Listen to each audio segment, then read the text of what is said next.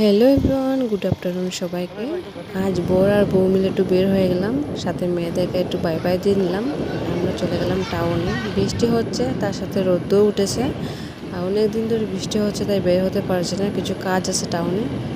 আর তাই ভাবলাম যে আজকে যাই, কাজগুলো করে আসি। বৃষ্টির মধ্যে হালকা হালকা বৃষ্টি, তার মধ্যে দেখো আমরা রাম মন্দির চলে আসলাম। রাম মন্দিরের পাশে চারপাশে কিন্তু চা বাগান রয়েছে, আর তার মাঝে আমরা যাবো।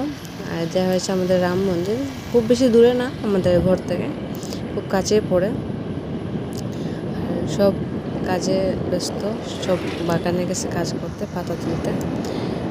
বৃষ্টিও হচ্ছে, আর আমরা যাবো এখন বাগানে মাঝে মাঝে। খুব সুন্দর কিন্তু জায়গাটা, দেখলে না খুব মনটা ভালো লাগে। আমার তো ভীষণ ভালো লাগে এই জায়গাগুলো।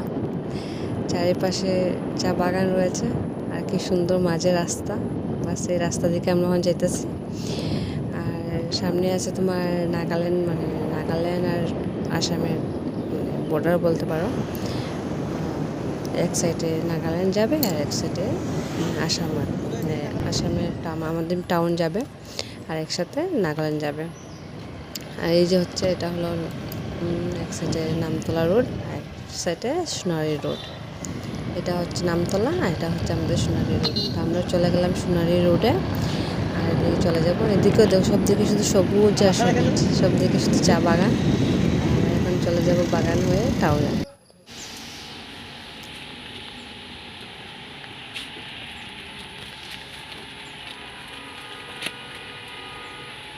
আর এই যে চলে আসলাম দোকানে, দাদাভাই পান খাবে, তাই পানটা কিনে নিল।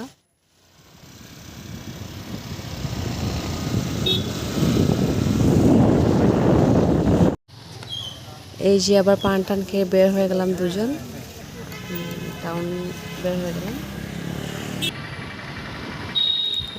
চলে আসলাম টাউনে, টাউনের মধ্যে কিছু কাজ আছে, কাজগুলো করবো।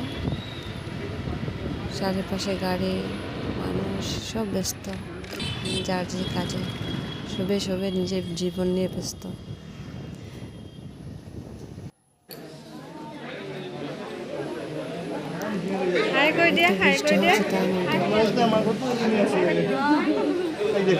আসছিলাম একটু ব্যাংকে এসে দেখি বেবি দুইটা এত ভালো লাগতেছিল না দেখতে, সেম দেখতে 2 in 1, একই ড্রেস পরেছে, একই সাজগোজ করেছে, এত মিষ্টি দেখতে লাগছিল, আমার খুব ভালো লাগতেছিল মনটা।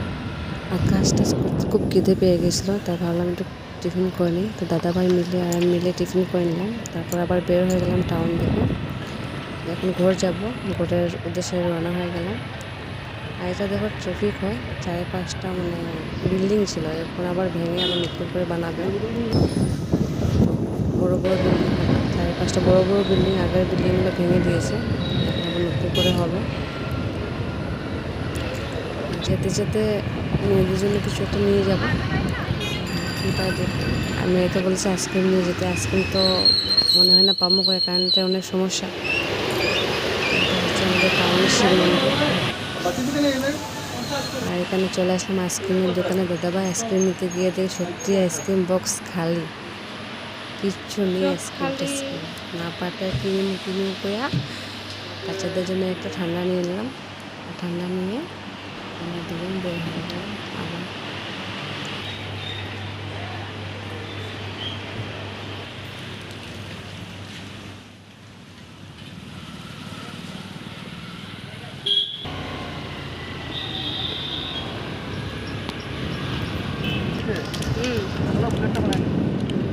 আজকের মতো এতটুকুই, সবাই ভালো।